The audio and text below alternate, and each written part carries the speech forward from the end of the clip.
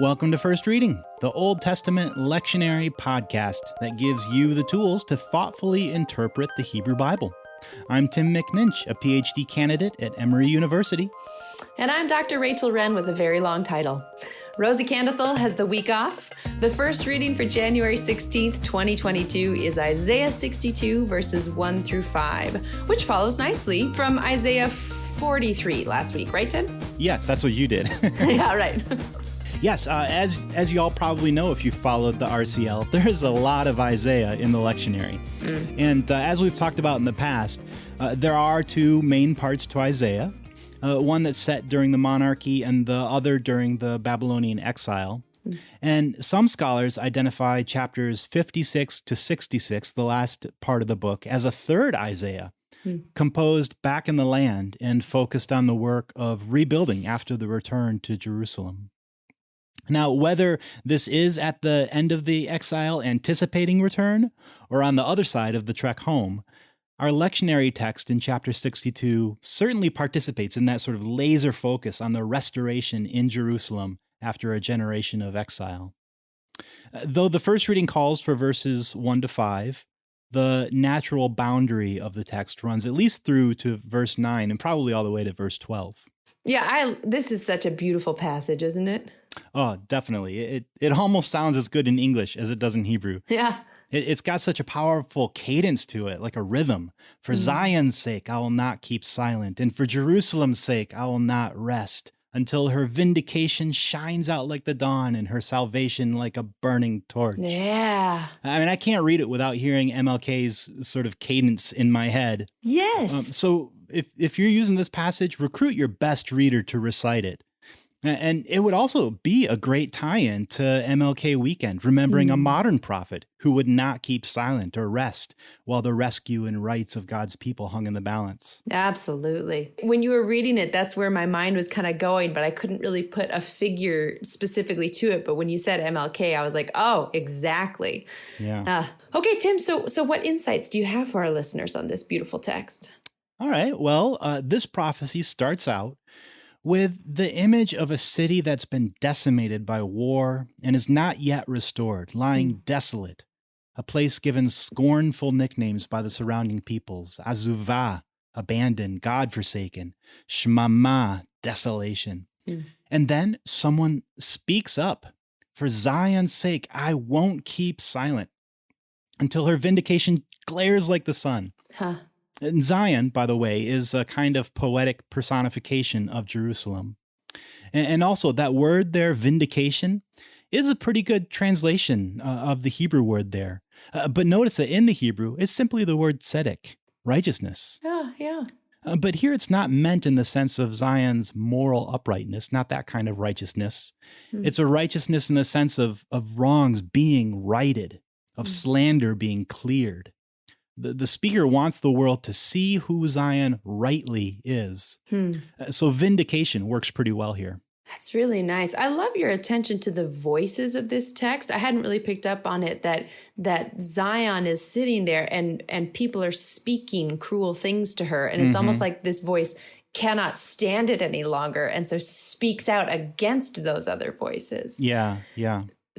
So who's speaking? Is it the prophet who won't keep silent, or is it God? Right. That's a great question.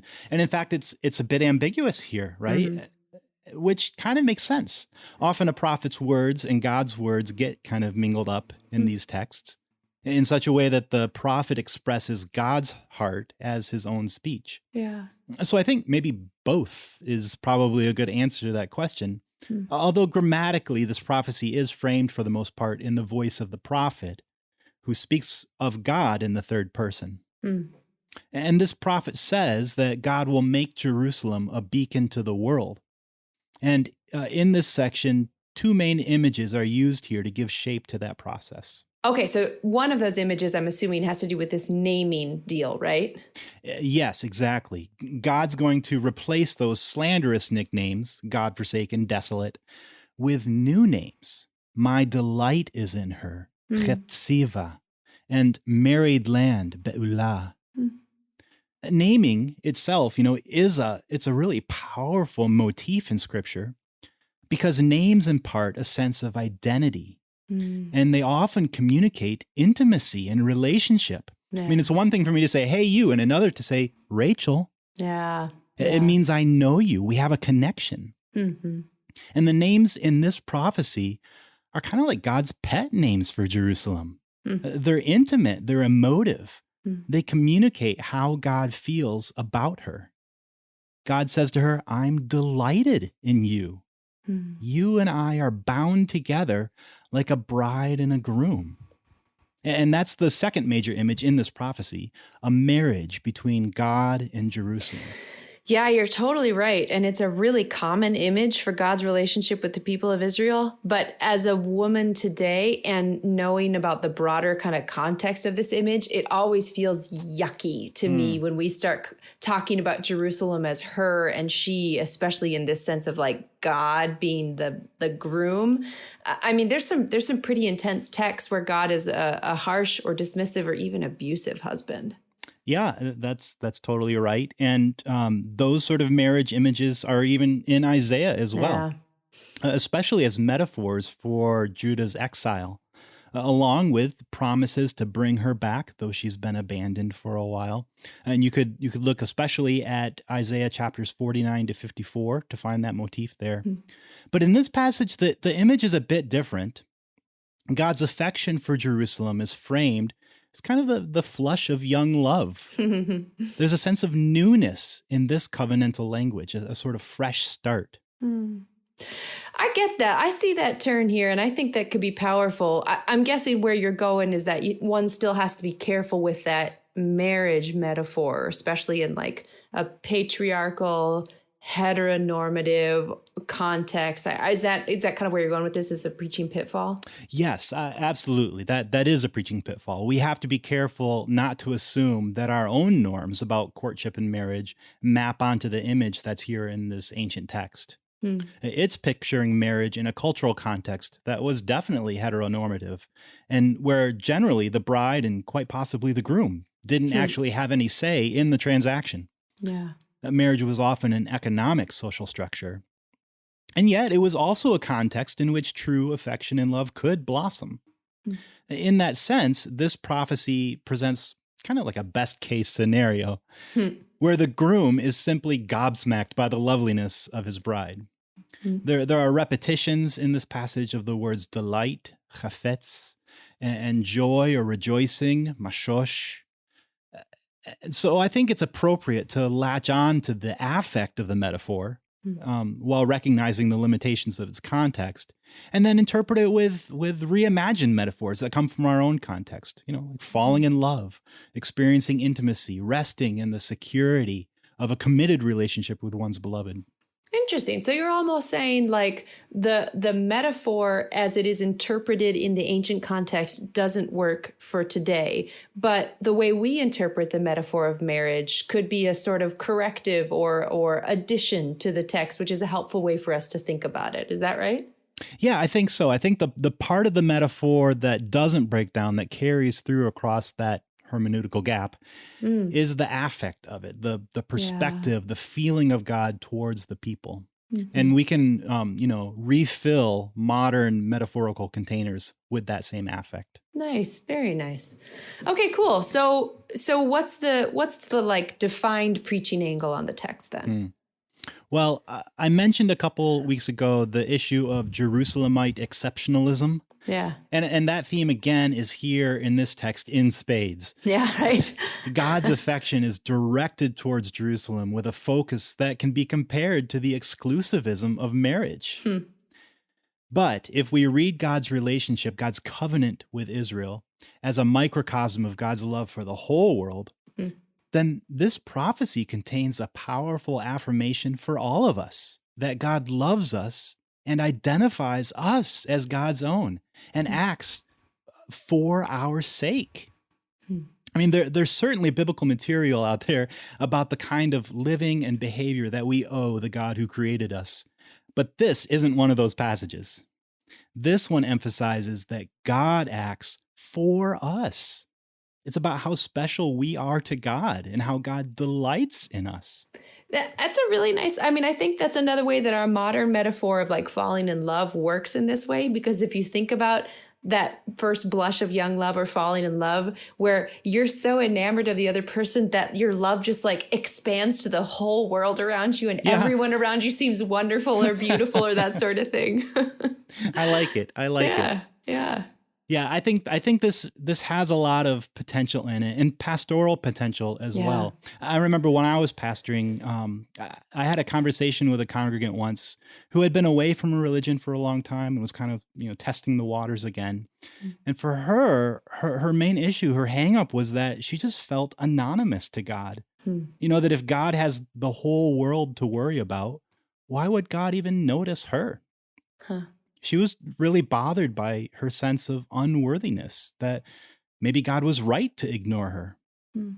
And so I got to share with her this mystery of God's love, the kind of love that's embedded in a prophecy like this one, that God's love isn't limited like ours is. Nice. God can hold the whole world in her hands, as the song goes.